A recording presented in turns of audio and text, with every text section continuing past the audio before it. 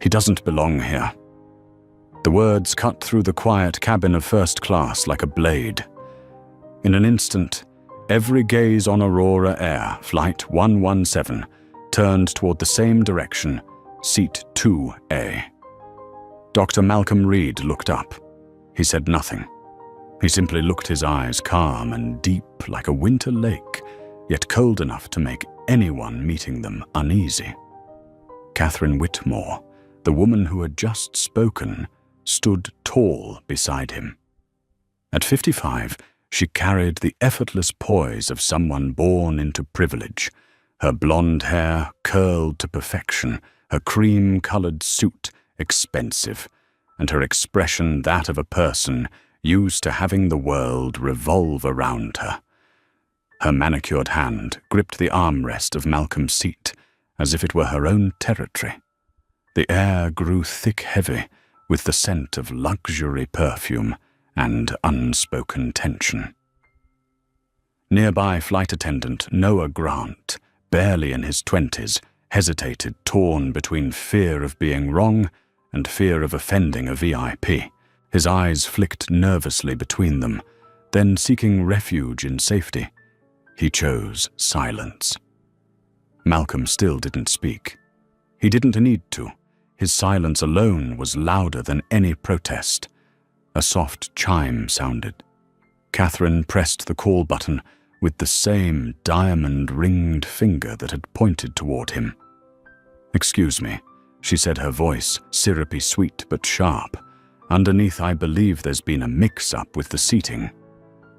Chief Flight Attendant Stephanie Cho approached with a professional smile, but in her eyes lingered the quiet dread of someone about to handle a sensitive situation. "Mrs. Whitmore? What seems to be the problem?" Catherine tilted her head slightly, gesturing toward Malcolm with the tip of a metal pen. "This gentleman, I believe there's been some mistake. This is first class, and I just want to make sure everything is according to policy." A long silence followed. The steady hum of the engines filled the gap. Sunlight streamed through the window, casting a soft glow across Malcolm's face, composed, steady, not a trace of anger. Sir Stephanie turned toward him. "May I see your ticket?" "Please." Malcolm nodded, taking out his phone from his vest pocket and opening the boarding pass. 2A first class, Malcolm Reed. Everything was perfectly in order. Stephanie checked carefully. She knew it was valid, yet she still asked, with forced calm, "Did you book this ticket yourself, sir?" The harmless-sounding question landed like a slap in mid-air. Malcolm tilted his head slightly. Who else would have booked it? "Oh, I just meant. Sometimes the system makes mistakes." "There is no mistake," he replied softly, almost in a whisper. "This is my seat." But she was already turning away, leaning toward Noah to whisper something. Their hushed words and averted eyes said everything they wouldn't dare speak aloud. Catherine settled into the seat across the aisle, pretending to focus on her tablet, but the faint smile tugging at her lips betrayed her victory. The first-class cabin, usually filled only with the soft clicks of champagne glasses and magazine pages, now felt suffocating. People didn't stare outright. They only glanced just enough to understand what was happening. No one spoke, but everyone knew the black man in seat 2A was the anomaly. Malcolm could feel every gaze, every whisper. He had lived this scene before, in boardrooms, at elegant galas, even on flights he himself had financed. But today was different. He wasn't just being judged. He was witnessing a test of the very system he once believed in. He placed both hands on the folding tray, inhaled deeply, and counted his breaths. Calm. That was the one thing he had never lost. Noah returned this time with Stephanie beside him, tablet in hand. Their smiles were rehearsed, their eyes cautious. "Mr. Vryash," Reed Stephanie began, "we just need to verify a few small details to ensure there are no errors before takeoff. Verify what exactly? Just standard protocol, your ticket, your identity routine checks, she said. Standard for whom? Malcolm asked. The question froze the air around them. Noah's eyes dropped to the screen, pretending to read. Catherine's lips curved into a delicate smile, the satisfaction of someone whose power had just been confirmed. Malcolm leaned back in his seat, his voice steady and low. I've done everything right. Checked in online, boarded the correct seat, valid ticket. The only thing wrong here is the way you're looking at me. No one answered. The only sound left was the tapping of Catherine's keyboard and the faint click of Stephanie's earpiece as she murmured into it. We'll confirm with the gate, just a few minutes. Malcolm turned his gaze toward the window. On the runway, sunlight stretched across the tarmac as planes took off one by one.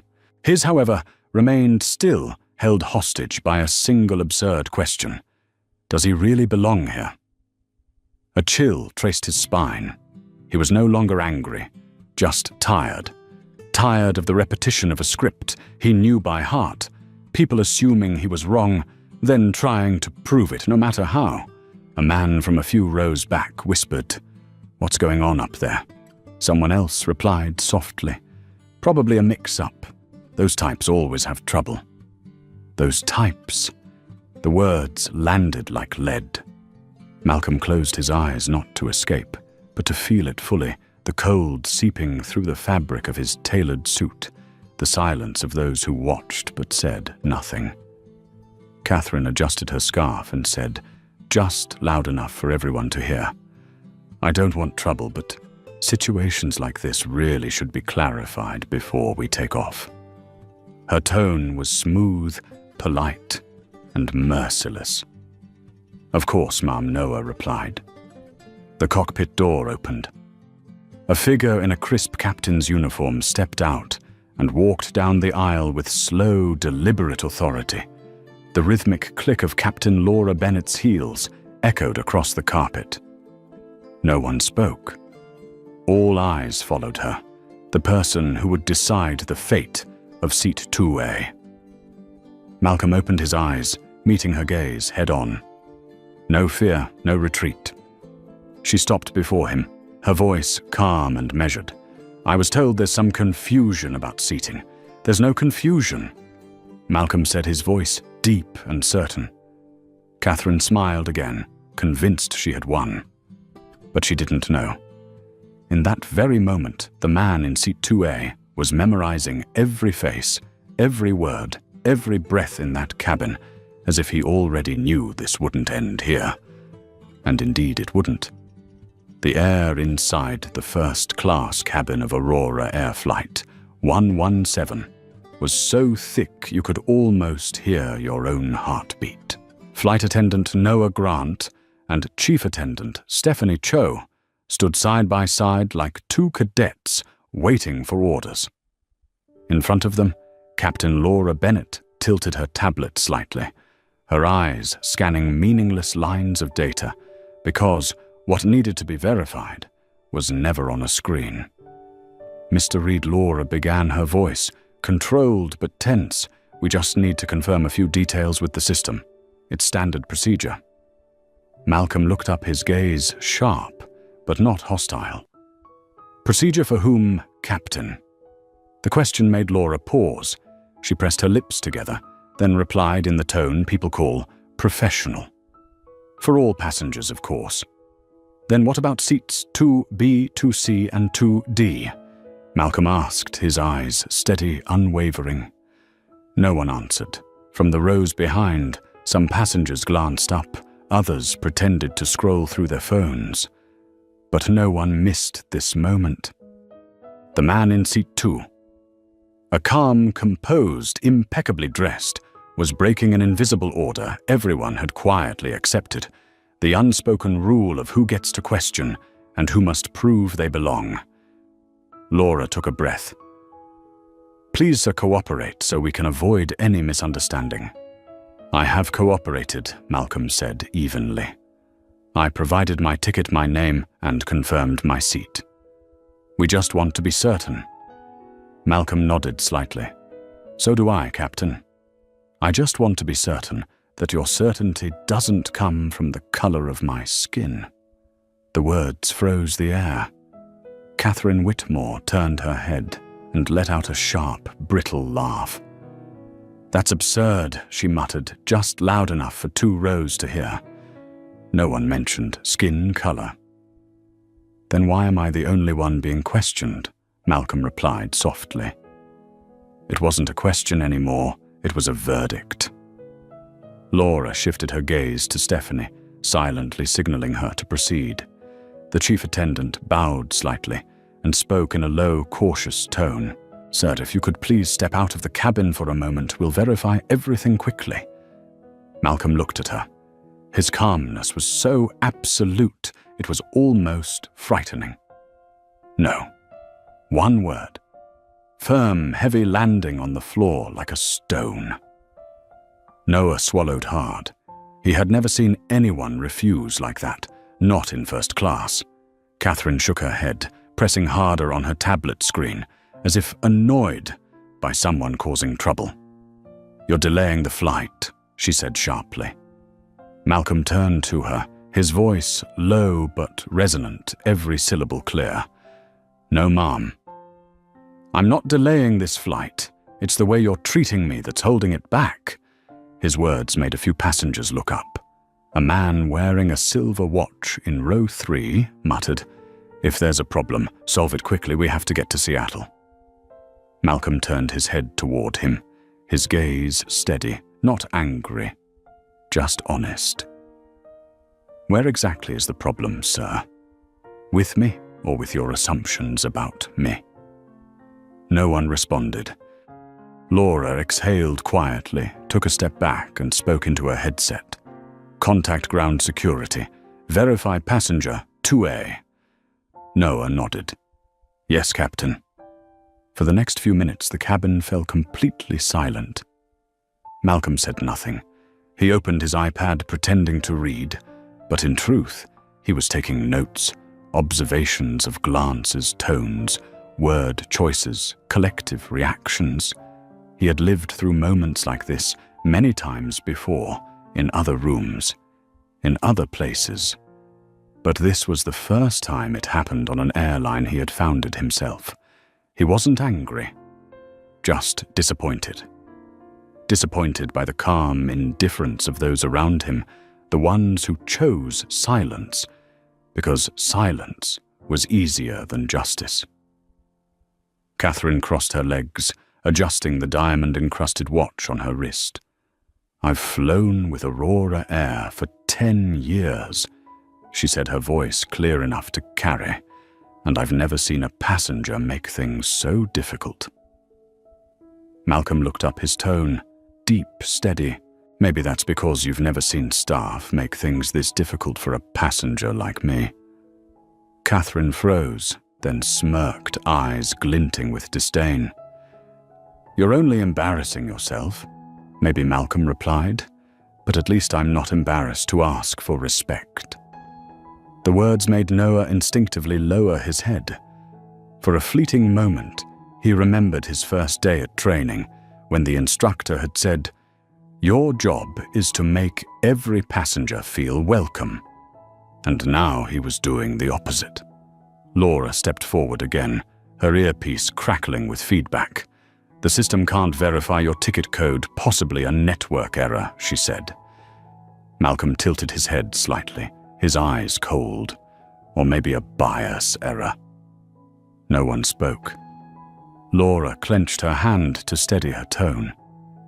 Mr. Reed, if you refuse to cooperate, I'll have to do what? Malcolm interrupted softly. Call security. Remove me from my own seat. Or maybe just prove that Aurora Air, the airline I founded, still hasn't learned what dignity means. His words struck like lightning. Catherine's head snapped up. What did you just say? Malcolm didn't answer. He looked straight at Laura, and for the first time, she felt something shift, a realization that the man in front of her might not be just another passenger. Before she could respond, Noah spoke, his voice trembling slightly. "Captain, should we check with operations again?" Laura frowned. "I already gave the order to verify. I just worry we might be making a mistake." "That's enough, Noah." Her tone hardened. Malcolm turned to the young man, his expression softening. In his eyes, Noah saw a flicker of something human, a spark of conscience still alive in this cabin. Then Malcolm turned back toward the window, where sunlight reflected his face in two halves, one calm, one weary. Outside, other planes were taking off engines, roaring, slicing through the wind. Freedom, that sound of movement, was what he had always believed everyone deserved. And yet here, he sat held back because someone decided he didn't belong.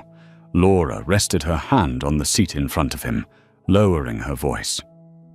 "Mr. Reed, if you just cooperate, this will all go faster." Malcolm didn't look up. "I already have.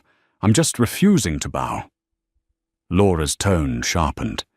"If you don't leave this cabin now, I'll then do it." Malcolm interrupted softly, like an exhale.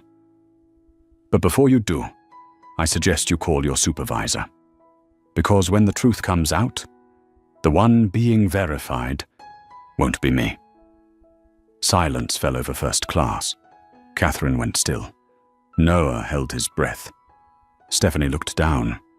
Laura stood upright, hiding the slight tremor in her hand. 1 minute. 2 minutes. No one spoke. The only sound was the deep hum of the engines, steady and low, like the heartbeat of an approaching storm. In seat 2, Malcolm quietly switched on his phone's camera, the red light blinking. He was no longer just a passenger. He had become a witness to the truth he was about to expose. And across the aisle, Catherine Whitmore still didn't realize this storm wasn't coming for him. It was about to sweep away the entire world she thought was safe. "Mr. Reed, I need you to step outside, right now." Captain Laura Bennett's voice was hard, each syllable dropping into the hush, like the strike of a cold hammer. Malcolm Reed looked up, his gaze unwavering. He spoke softly, only 3 words, "No." "I'm staying." First class held its breath. In that air, that no was not merely a refusal of a request, it was a defiance of an order hidden in plain sight, the unspoken order that says power and prejudice may command the truth. Stephanie Cho glanced at Noah Grant, her eyes silently asking for help. But the young attendant stood, frozen hands clenched around the safety checklist, his face as if bound by silence. Catherine Whitmore gave a small laugh, sweet and sour as vinegar. Ridiculous. If he would just cooperate, this flight would have taken off already. Malcolm turned, meeting her gaze. "I do not cooperate with disrespect, Mrs. Whitmore." The words were gentle as a breeze, yet enough to knock Catherine off balance. She sprang to her feet, an expensive silk scarf slipping to the floor. "How dare you accuse me of disrespect? I'm only asking for clear procedure." Malcolm remained composed, eyes never leaving hers. "And that clear procedure only began the moment I sat in this seat, didn't it?" Her mouth opened, but nothing came out. Laura stepped in, a trace of fatigue in her voice. "All right, both of you, let's calm down. Mr. Reed, this isn't personal. I just need to ensure every passenger is comfortable." Malcolm tilted his head, a faint smile at the corner of his mouth. "How interesting. I am a passenger too, Captain. Why is no one concerned about my comfort?" The question made Stephanie's heart tighten. For the first time, she felt she might be standing on the wrong side. Laura exhaled hard, then looked to Noah. "Call ground security. Tell them to prepare to assist." Her voice moved through the headset, cold and mechanical. Malcolm looked out the window. Sunlight had fully climbed. On the runway, another aircraft rolled forward and slipped away smoothly free and quiet the way this flight should have been. He inhaled deeply. A chill edged into his chest with a familiar weariness, the memory of how many times he had had to prove he had the right to be where he belonged.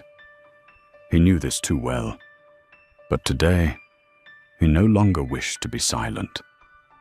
Without a word, Malcolm took out his phone and switched on the camera. A small red light pulsed on the screen. He set it on the tray table lens facing forward. No warning, no declaration, just a small movement, and it tipped the room off its axis. Noah blurted, "You're recording, yes?" Malcolm said. "Recording the truth. Everyone deserves to see this." Laura frowned, her tone sharpening. "You are not permitted to film inside the cabin without the crew's consent. And you are not permitted to question my identity without cause." The answer stopped Laura cold. For an instant she looked unsettled, the first flicker of awareness that she was being recorded on the thin line between right and wrong. Catherine slapped a palm lightly against her seat. "I will not be part of this cheap spectacle. It's shameful." Malcolm turned back, his voice low and even a melody that needed no crescendo. "No, ma'am. This is not a spectacle. This is reality." Color rose to Catherine's face, anger flaring in her eyes. But she kept silent, because somewhere deep inside, something had shifted, a loss of control she could feel, but not name. Laura leaned in and lowered her voice. "Mr. Reed, I am trying to help you. If you cooperate, this will be quick. Help me." Malcolm's mouth tightened. "I don't need help. I need respect." The cabin was so quiet you could hear a seatbelt click as someone shifted. Every gaze was a strung wire. No one breathed too loudly, afraid to snap the heavy stillness. Laura pressed the cabin call, her voice carrying through the headset. "Captain to flight deck, prepare for a security intervention." Meanwhile, Malcolm kept his eyes on the sky beyond the window, a blue expanse stretching without end. He thought of why he was flying under the radar in the first place, to learn what the passenger experience truly was. Now he knew more painfully than expected. A beep sounded in Laura's ear. A deep voice from the ground came through. Verification still incomplete, possibly a system error. "We're checking further. Checking further." Malcolm repeated his tone, calm, while his eyes cut like a blade. "How long until your bias stops being a system error?" No one answered. Stephanie stared down, thumb circling a slim silver ring. In her head, a voice rose. "This is not right. The way we are doing this is not right." Yet she did not speak. Silence like all the other times. Malcolm watched. He read every expression from Catherine's polished smile to Noah's frightened eyes to Laura's rigid mask. They were all trapped by the same thing, fear of admitting they were wrong. "Mr. Reed," Laura said, the steadiness seeping out of her voice. "If you continue like this, I will have to call security onto the aircraft." Malcolm set his stylus down, his voice low and precise. "Then do it. But before you call, I suggest you remember my name and make sure you spell it correctly, because it will appear in every news report when this goes public." Laura faltered. In that moment, she understood that this man was not afraid, and that frightened her instead. Catherine sprang up again. "I refuse to share a flight with this troublemaker. Captain, call security now." Troublemaker Malcolm echoed, eyes still forward. "I am sitting still. I am not shouting. I am not resisting. If silence and having dark skin now count as trouble, perhaps this plane does not need to take off at all." A murmur rose from the rows behind. "He has a point," someone whispered. But Catherine snapped back. No one asked for your opinion. Laura raised a hand. Enough. Everyone maintain order. Then she turned to Malcolm, her gaze a knot of anger and confusion. Do you truly want this to go that far? Malcolm inclined his head. No, I do not. But sometimes the truth must be seen, so the world remembers it still exists. He looked down at the phone, the red light still blinking. It was not anger, it was evidence being captured, every word, every glance, every moment. Laura drew a long breath and signaled to Stephanie. Call security. Stephanie nodded, faintly dialed, and spoke with a tremor copy. Catherine dropped back into her seat, lips curling into a victorious smile. Finally she said, Order will be restored. Malcolm turned his voice, low, deep, and cold. No, ma'am. This order is about to be rewritten. First class fell into a strange quiet. Sunlight poured through the window and split Malcolm's face in two, one half, bright the other in shadow. In the back, Noah saw it and understood the man was not merely guarding a seat, he was standing up for what was right, the very thing they had all ignored for far too long. Outside, a security vehicle was drawing up alongside the plane. Inside, the red light kept blinking. And in that exact moment, everyone knew this would never again be called a mere incident. It would be the beginning of a storm, named Justice. The cockpit door swung open. High heels thudded softly against the thick carpet of first class. Each step Captain Laura Bennett took carried the authority of someone holding the fate of 100 passengers, yet this time that authority trembled. She stopped at row 2A. Dr. Malcolm Reed sat there, spine straight, gaze so calm it was frightening. Beside him, his phone screen glowed. The red light blinked silent, yet more threatening than any words. Mr. Reed, Laura said, trying to keep her composure. I understand there has been a misunderstanding, but we need to re-verify information to ensure every passenger is comfortable before takeoff. Comfort, Malcolm echoed his voice, low, almost a strangled laugh. You speak as if the comfort of everyone can be achieved by humiliating one person. The air thickened, every eye fixed on them, some curious, some expectant, some impatient for it to end, so the plane could leave. Across the aisle, Catherine Whitmore tilted her head, her tone smooth. Captain Bennett, I have flown with Aurora Air for more than 10 years. I have never seen such unprofessional behavior. We just want clarity, that is all. Laura turned to her and tried to nod. I understand, Mrs. Whitmore. I am handling it. Malcolm looked at the two women, one speaking in the name of procedure, the other in the name of privilege, and he understood that in their eyes he had never been a customer. He was a situation to be handled. Captain, he said slowly, my ticket is valid. I checked in online, passed security, passed the gate, and sat in my assigned seat, yet, because someone decided I did not look appropriate, you chose to doubt everything I did right. Laura held a smile as thin as a blade. We are only following safety procedures. Safe for whom? Malcolm asked, his eyes never leaving hers. The question rocked Laura. Her chest tightened. In all her years of flying and dealing with difficult passengers, she had never seen eyes like his. Not angry, not afraid, only filled with disappointment. From the rows behind, soft murmurs rose. A man with a silver watch said, under his breath, If there is a problem, solve it quickly. We have a meeting. The woman beside him nodded. Exactly. Do not let one person affect the entire flight. Malcolm did not turn, but he heard them clearly. Exactly, he said. Do not let one person affect the entire flight, especially when that person is the one who refuses to face their own bias. Laura gripped her tablet. You are insulting my crew." "No," he answered gently. "I am speaking the truth you are trying to avoid." The cabin fell silent. Stephanie Cho lowered her head, trying to hide the tears welling in her eyes.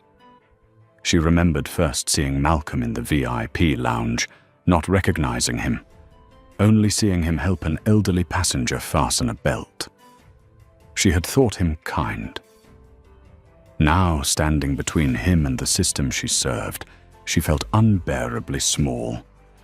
Catherine suddenly spoke, as if to seize back control. "I want to emphasize that I am biased against no one, but clearly this is inconveniencing all of us. If he truly has a ticket, why not prove it again, so everyone can feel at ease?" Malcolm turned and looked straight at her, his voice low and firm. "You speak as if truth only has value when it soothes you. Truth does not need your permission." Color rushed into Catherine's face. "You," Malcolm raised a hand, cutting her off. "Enough. You have said plenty," Laura interjected, trying to contain the situation. "All right, tensions are high. Mr. Reed, please understand. We want everything to proceed smoothly. If you could step outside for a few minutes." No, Malcolm cut in his voice, still calm but carrying weight. "I will not stand up just to make someone else feel comfortable about their prejudice." Noah Grant, the youngest on the crew, stood motionless behind them, heart pounding. He wanted to say he is right, but his throat locked. Laura's patience began to fray.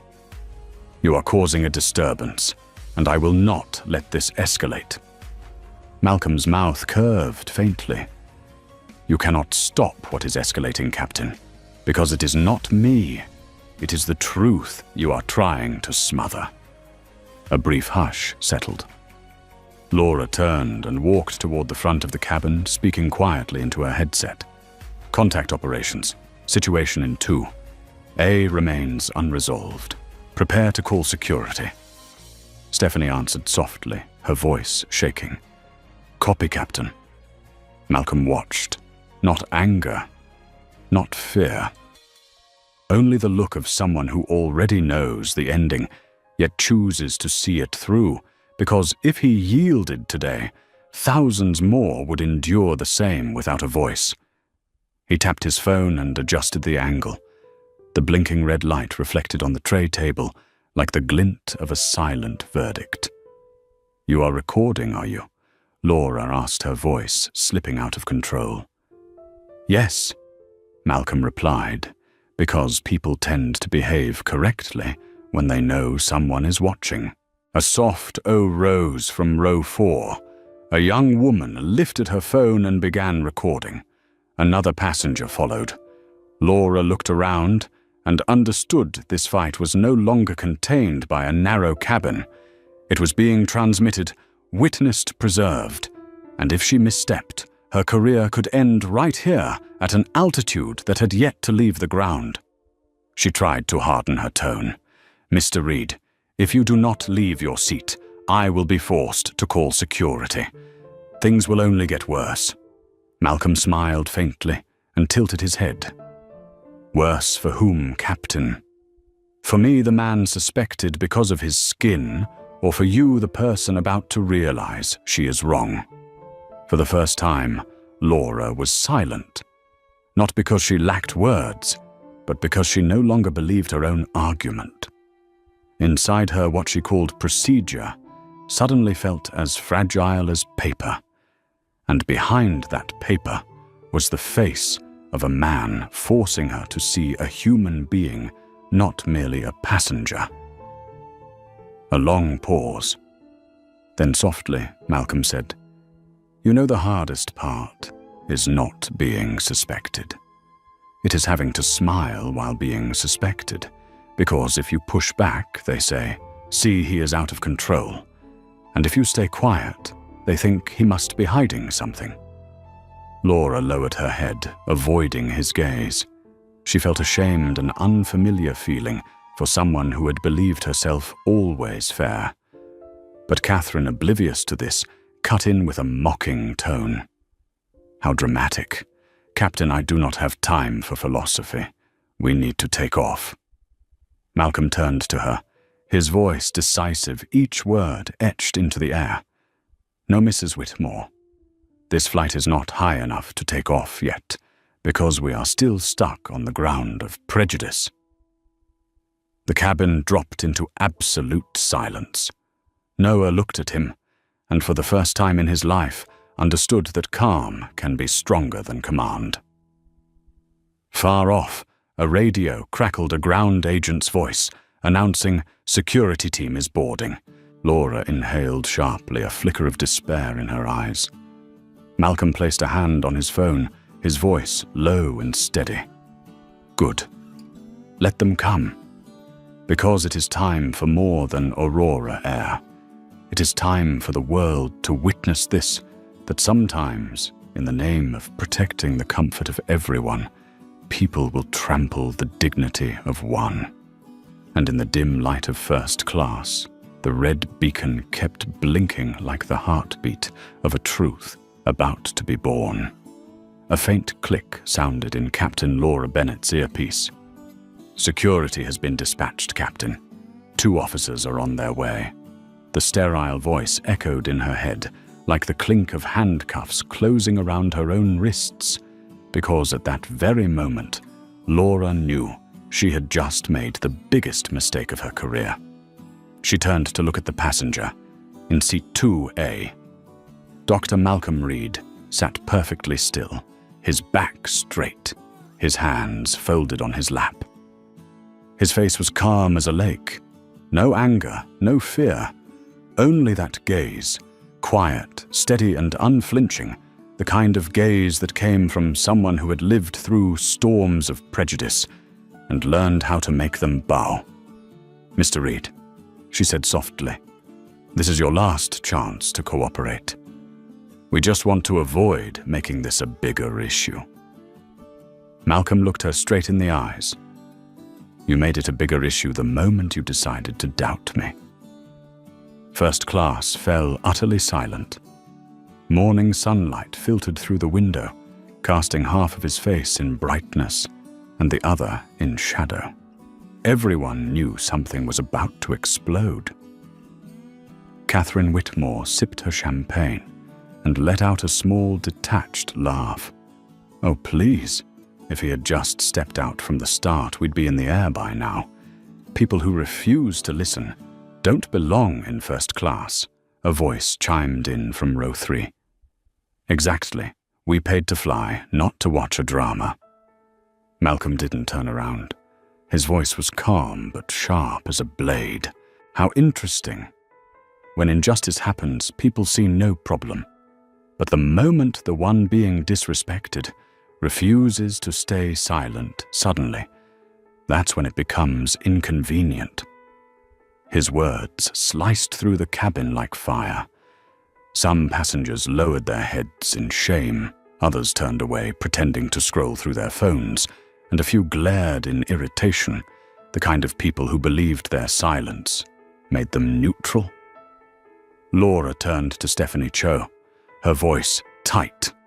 "Alert security when they reach the gate." Stephanie nodded faintly, but her hand trembled. She knew this was no longer procedure. It was a verdict, and she was standing on the wrong side of it.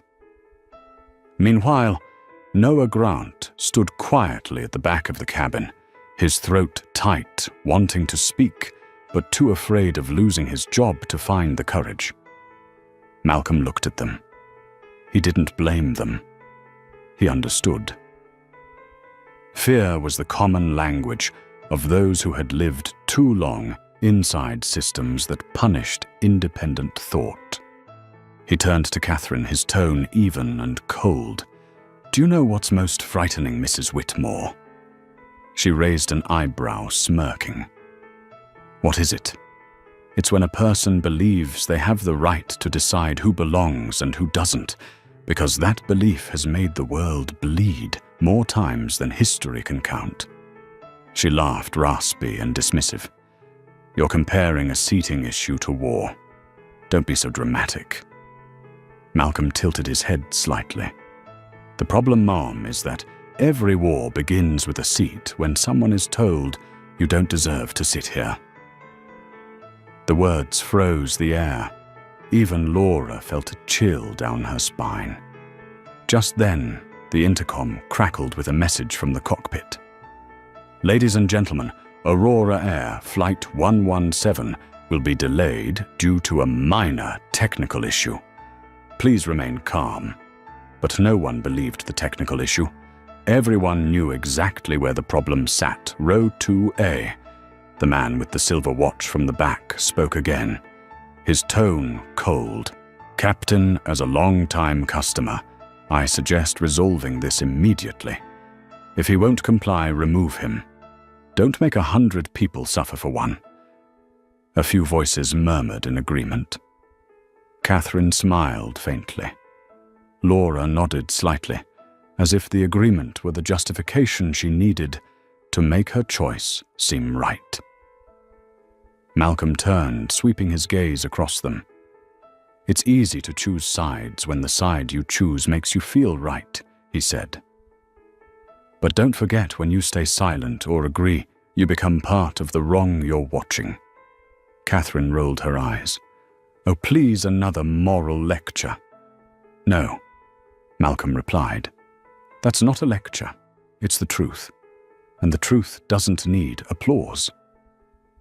A young woman in row 4 raised her phone, secretly recording. Her eyes glimmered, as if she realized she was witnessing something far bigger than a minor dispute. Laura drew a deep breath. All right, she said. If you refuse to cooperate, I will have to call security on board. Malcolm nodded once. Go ahead. At that moment, Catherine leaned back in her seat, lips curling into a victorious smile. But Laura, though trying to appear certain, felt something collapse inside her. Minutes later, a radio crackled in the aisle. Security's here. 2 uniformed officers entered firm stance, scanning eyes. One of them, Sergeant Mark Alvarez, looked seasoned, steady, perceptive. Captain, what's the situation? He asked. Laura gestured toward Malcolm. This passenger refused to comply with crew instructions and has shown signs of resistance. Malcolm lifted his head, his voice calm and low. I am sitting in my assigned seat, asking only to be treated fairly. Mark looked at him, then at the phone still recording. His eyes shifted, the suspicion fading into something else, curiosity, concern. So may I see your ticket? Malcolm unlocked his phone and held out the boarding pass. Dr. Malcolm Reed, seat 2A confirmed. Mark stared for a few seconds, then turned to Laura. The ticket is completely valid.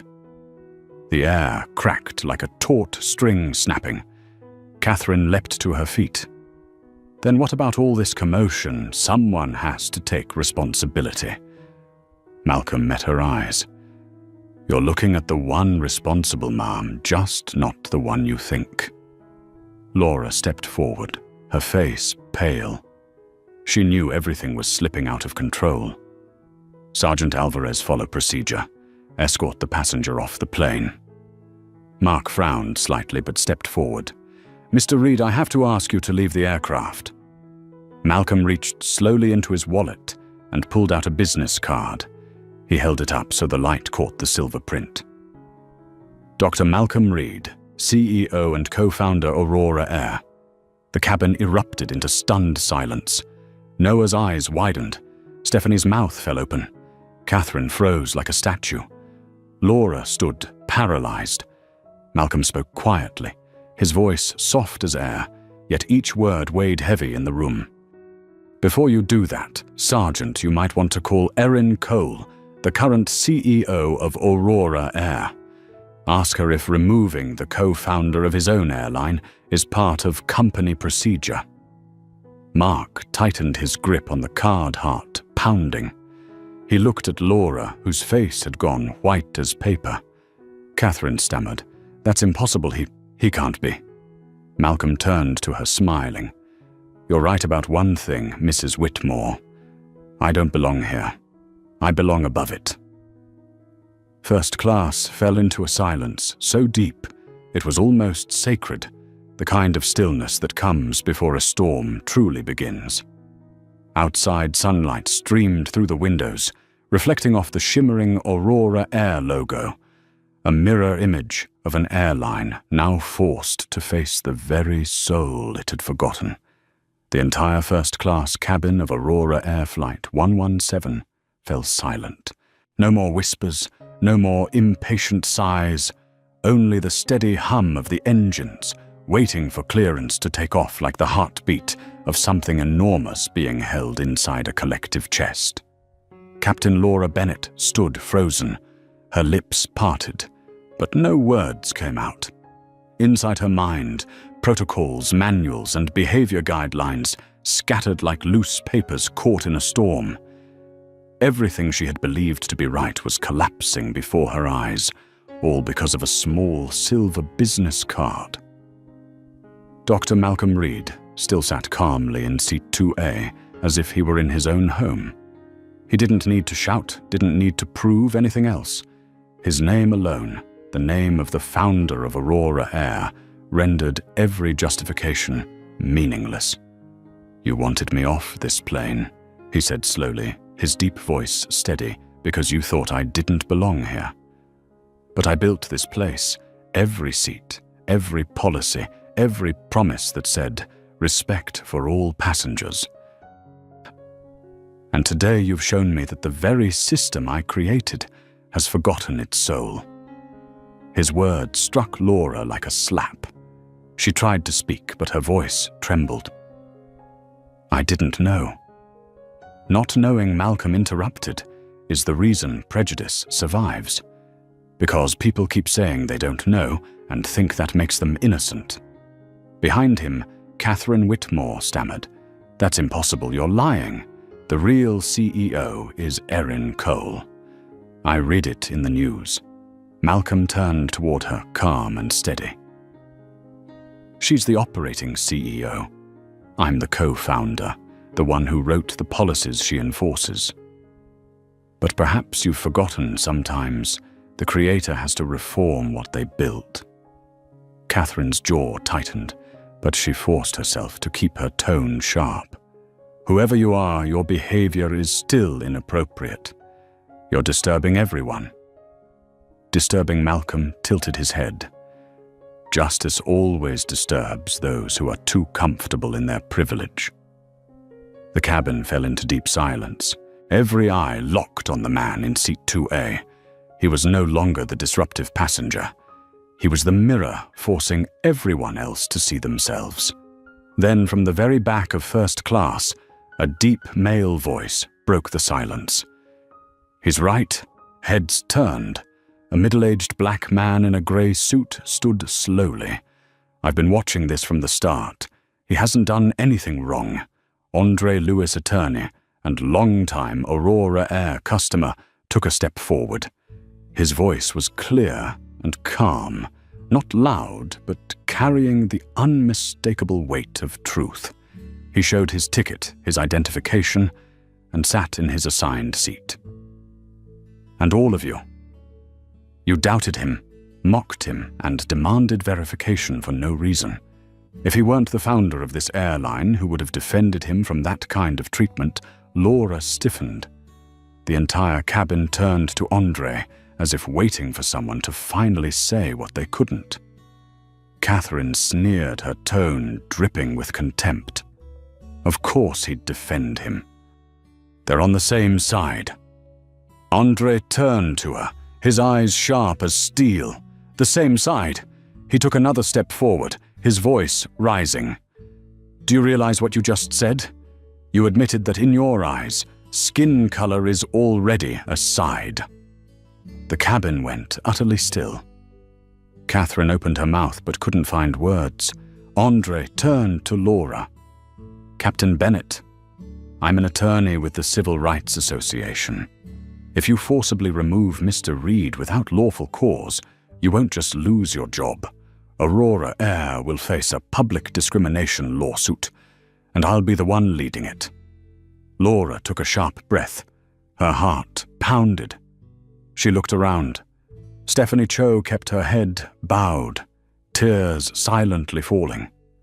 Noah Grant stared at her eyes, pleading, begging her not to make another mistake. At the cabin door, 2 security officers stepped in, Sergeant Mark Alvarez and his partner. The air felt dense as smoke. "What's going on here?" Mark asked. Laura straightened slightly, trying to steady herself. Just a passenger refusing to cooperate. Malcolm looked directly at the officer, slid the business card from the tray, and pushed it toward him. "Before you do anything, read this." Mark took the card and read every word slowly. "Dr. Malcolm Reed, CEO and co-founder, Aurora Air." His eyes widened. He looked back at Malcolm, then at Laura, whose face was pale sweat glistening on her forehead. "You said this passenger was non-compliant." Laura's lips trembled. "I didn't know, and you didn't think to find out." "Before calling us up here," Mark's voice was low, but cut through the air like a blade. Catherine shot to her feet, trying to regain control. "He's using his position to intimidate everyone. This is abuse of power." Malcolm turned to her, his tone calm but as sharp as steel. "No, Mrs. Whitmore, I don't need to intimidate anyone. I simply let people reveal who they truly are." A young woman in row 4 whispered, "I recorded everything." Another nodded. "So did I." Little red lights blinked across the cabin phone's camera's evidence. Mark pressed his earpiece, confirming crew misconduct likely. Suspend removal order. Contact headquarters.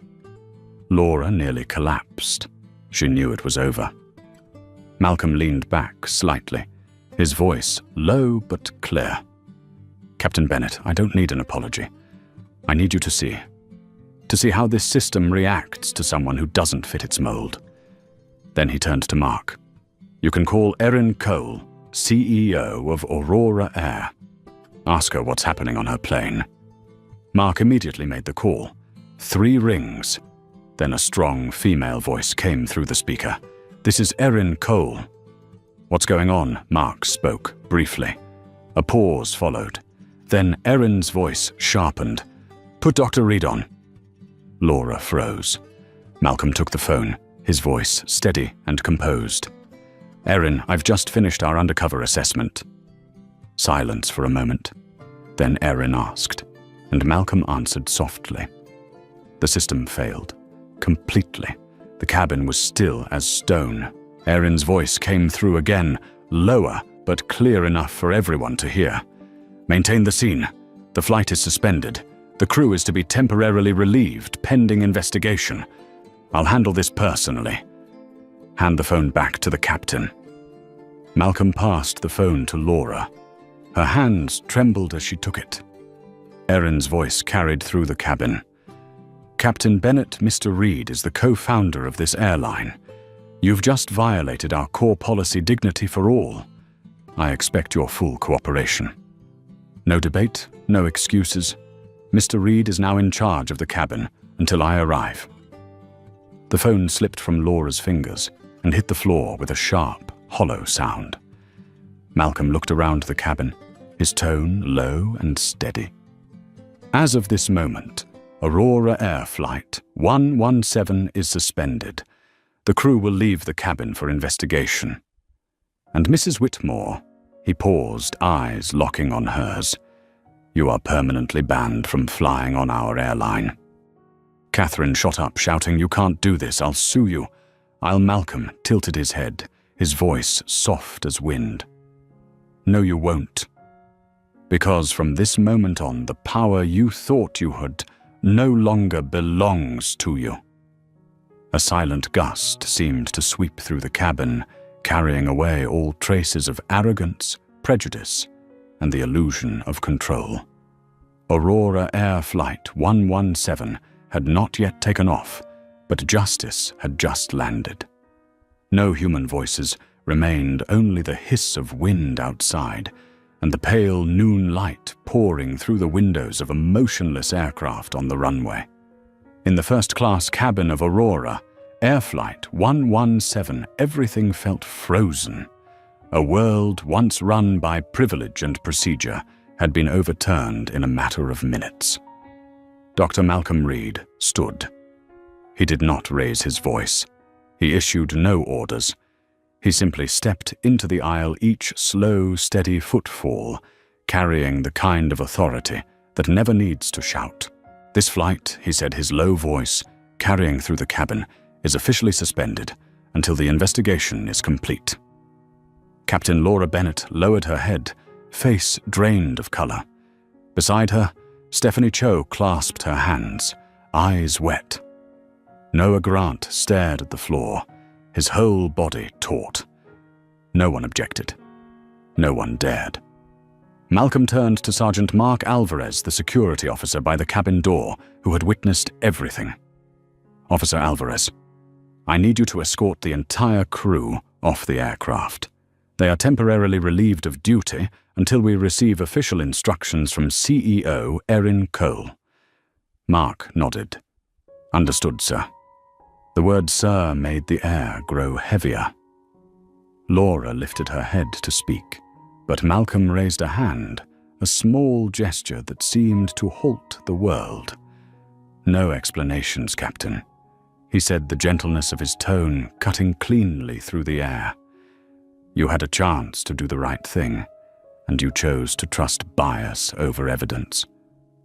Laura swallowed. Her voice rasped. "Dr. Reed, I am truly sorry." "No." Malcolm shook his head. "Do not apologize to me. Apologize to the system you just defended, without meaning to the system that convinces people procedure can excuse any insult." He turned to Stephanie. She looked down as tears slid to the carpet. "I know I was wrong," she said, voice tight. "I just did not dare speak up." Malcolm nodded slowly. "I understand. Fear of losing a job keeps many people silent. But silence is still a choice, and today you must learn to take responsibility for that choice." Noah stood stunned. He was naturally quiet, but heat rose in his chest now. He wanted to say, "I am sorry," yet the words stuck in his throat. Malcolm looked at them one last time, then said softly, "Go. The crew will exit the cabin now." Mark signaled and stepped forward. Laura's hand trembled as she unpinned her captain's insignia. She placed it in Malcolm's palm, a silent surrender. He studied it for a long moment, not to humiliate her, but to remember power only matters when it is joined to conscience. As they filed out, Catherine Whitmore sat rigid in seat 2. B-face flushed. She gripped her handbag and stared out the window, clinging to the last shreds of pride. Malcolm approached. "Mrs. Whitmore." She did not look at him. "Mrs. Whitmore," he repeated, lower now, cooler. "You are permanently banned from flying on the entire Aurora Air Network." Catherine whipped around, fury blazing in her eyes. "You have no right. I am a long-time customer." "You have a right to fly." Malcolm cut in, "until you use that right to degrade others. From that moment on, it is no longer a right. It is a privilege revoked." She sprang up, shouting, "You are discriminating against me." Malcolm tilted his head with a faint smile. "No, ma'am. I am doing what this system should have done long ago, drawing a line between the decent and the toxic." Mark Alvarez stepped forward. "Ma'am, this way, please. You cannot throw me out like this. I will sue." Malcolm met her gaze. "You can sue. But before you do, watch the videos recorded by half this cabin. You will see that if justice were a film, you would be the antagonist." Catherine froze. Words failed her. Mark gently took her arm. "This way, ma'am." Her heels struck the carpet in hard, hollow beats, each step a nail driven into the coffin of pride. The cabin door closed. Only Malcolm remained, and a handful of passengers who had said nothing, watching in silence. He drew a long breath and turned to face them. "Ladies and gentlemen," he said, his voice unhurried, yet resonant. "I know what just happened has made everyone uneasy. But if you think this was only an incident, you are mistaken. It is a mirror. It shows how the world still works, quick to doubt others, slow to look inward." A woman in her middle years in row 4 raised a hand. Dr. Reed. "I did not speak, but I saw everything. I am sorry I stayed silent." Malcolm offered a small smile. "Thank you." Silence can be a fault, but recognizing it is the first step toward change. He looked around. "I do not want anyone leaving this cabin with a weight on their heart. I want you to understand that respect is not something we give because someone has power. It is something we owe each other because we are human." His eyes came to rest on Noah. The young attendant still bowed. Malcolm nodded. "You have a chance to become a better version of yourself than the one you were today. Do not waste it." Noah nodded, eyes rimmed red. "Yes, sir." Malcolm stepped to the front and lifted the small wall microphone, switching it to cabin-wide. His voice carried over the speakers. "Dear passengers, Aurora Air Flight 117 will temporarily stand down and change crews. You will be served again in 15 minutes. On behalf of the airline, I apologize for what happened, not because it was inconvenient, but because it reflects a deeper sickness in our society, the habit of staying silent in the face of injustice." When he finished, the cabin was still. No one applauded, but some lifted their heads, and their eyes were different. Stephanie reappeared at the door, lips trembling.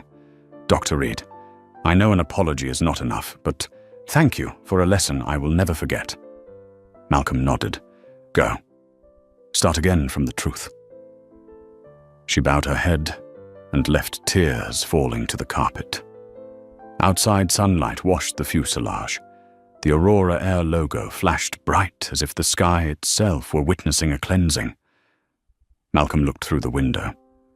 On the runway, Catherine Whitmore was being led away, her figure shrinking in the white glare. There was no gloating and no triumph, only a strange, quiet peace.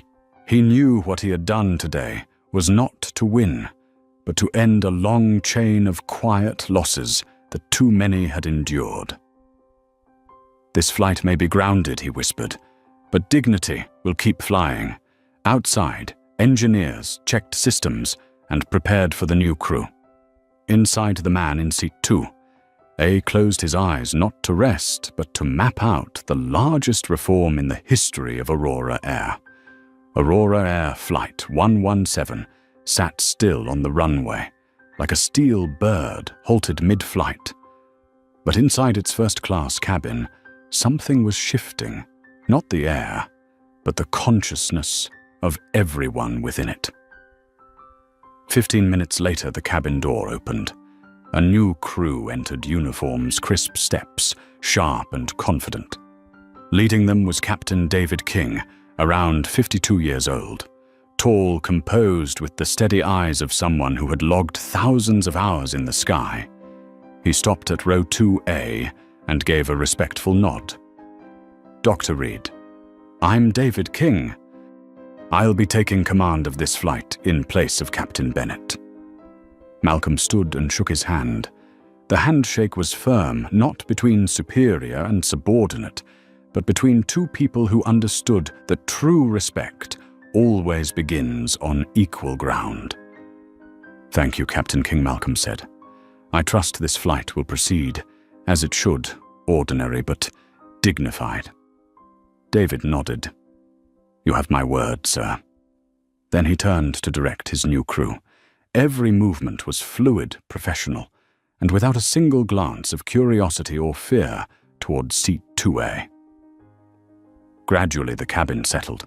Passengers leaned back in their seats, no one speaking loudly, no one daring to judge.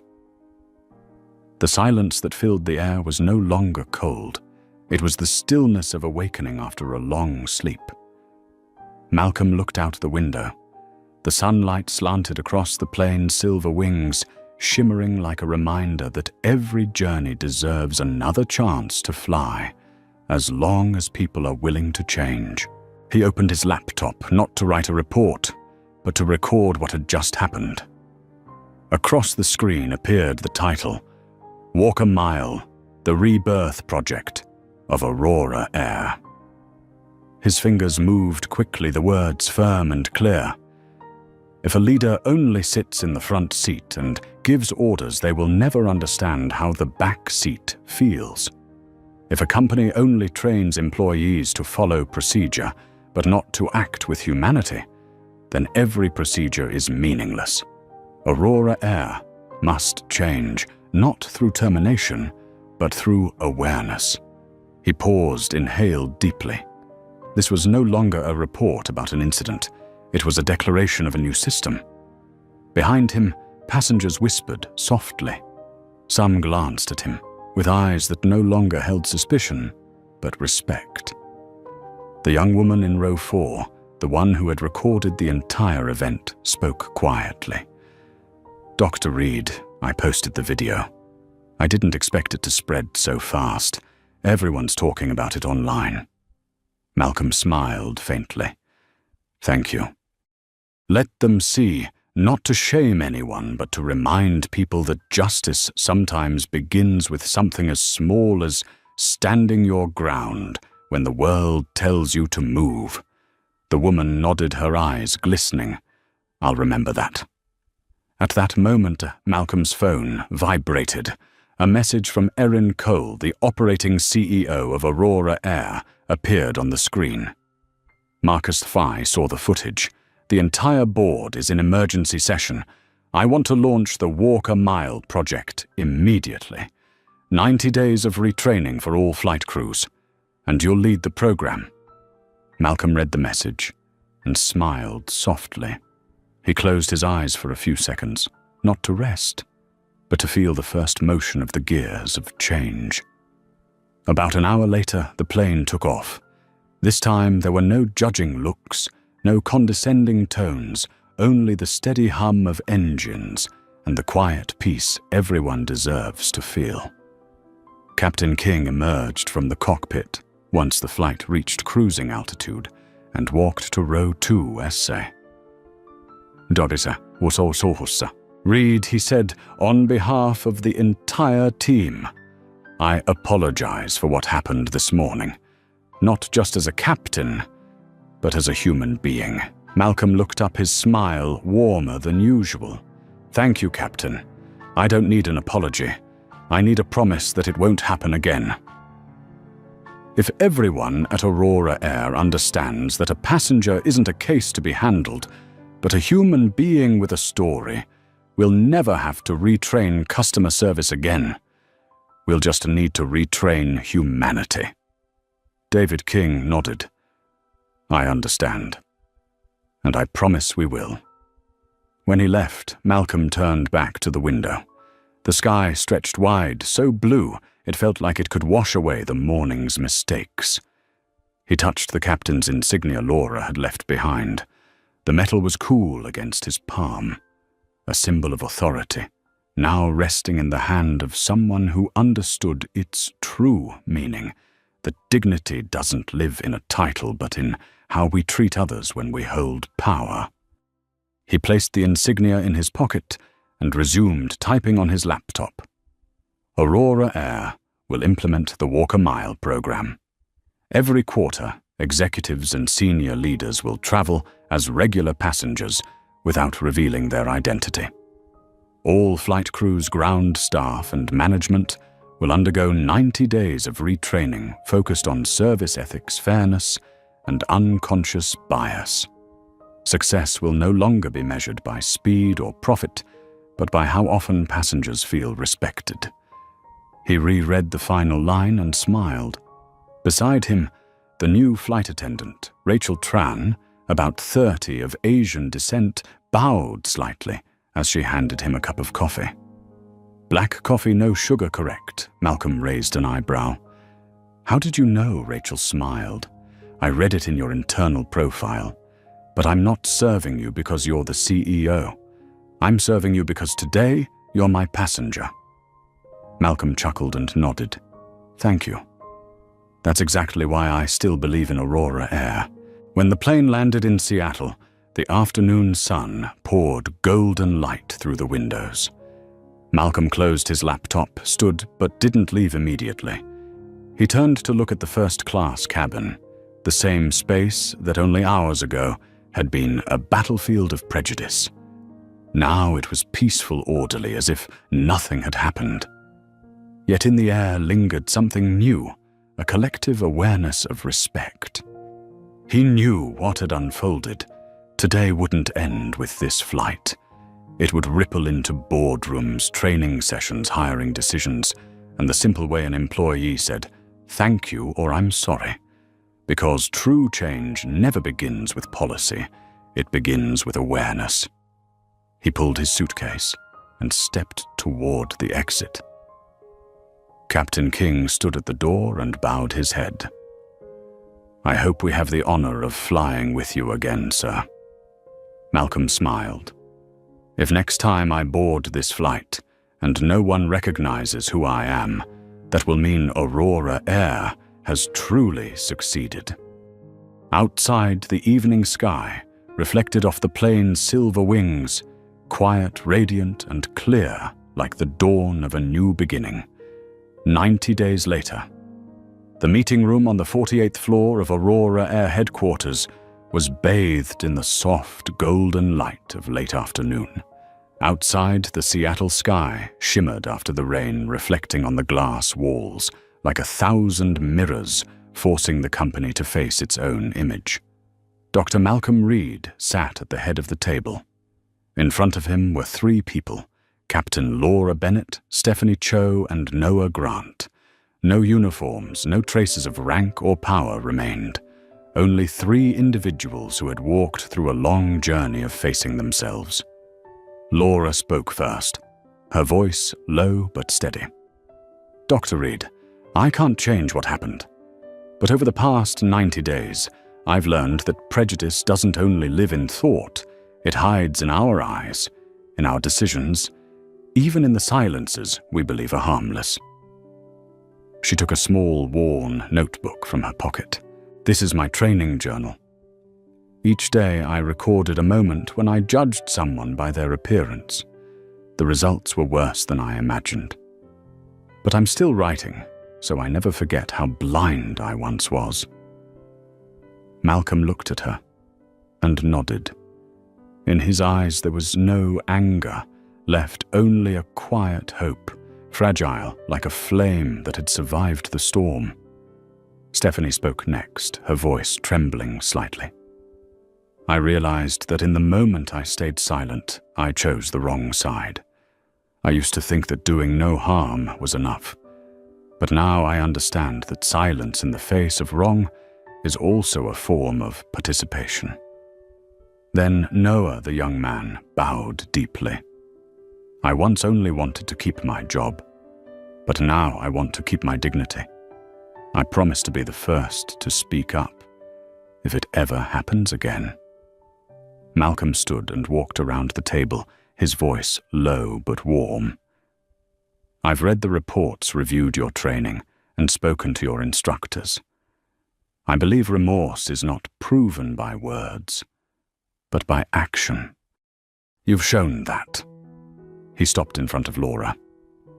"Starting today, you are reinstated, but only on domestic routes.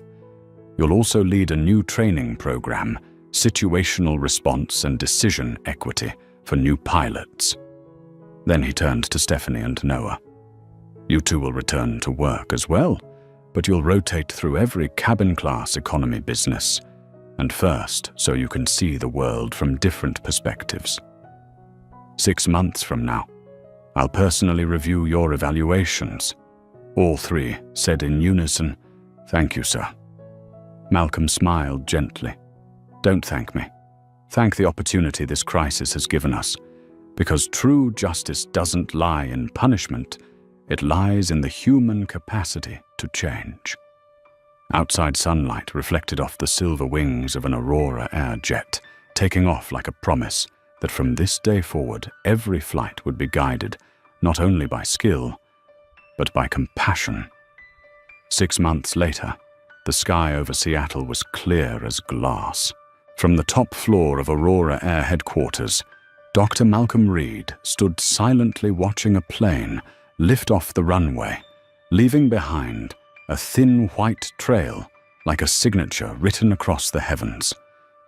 Every time he saw that sight, he remembered Seat 2A, the moment that seemed small, but had opened an entirely new chapter for the world of aviation. Now Walk a Mile was no longer just a project, it had become the very soul of Aurora Air. Each quarter, executives and senior directors were required to fly incognito as regular passengers, recording their experiences and the changes that needed to be made. Those exchange journeys had made hundreds within the company cry, reflect, and grow. Captain Laura Bennett was now the lead instructor in the new pilot training program. Every one of her classes began with a single sentence.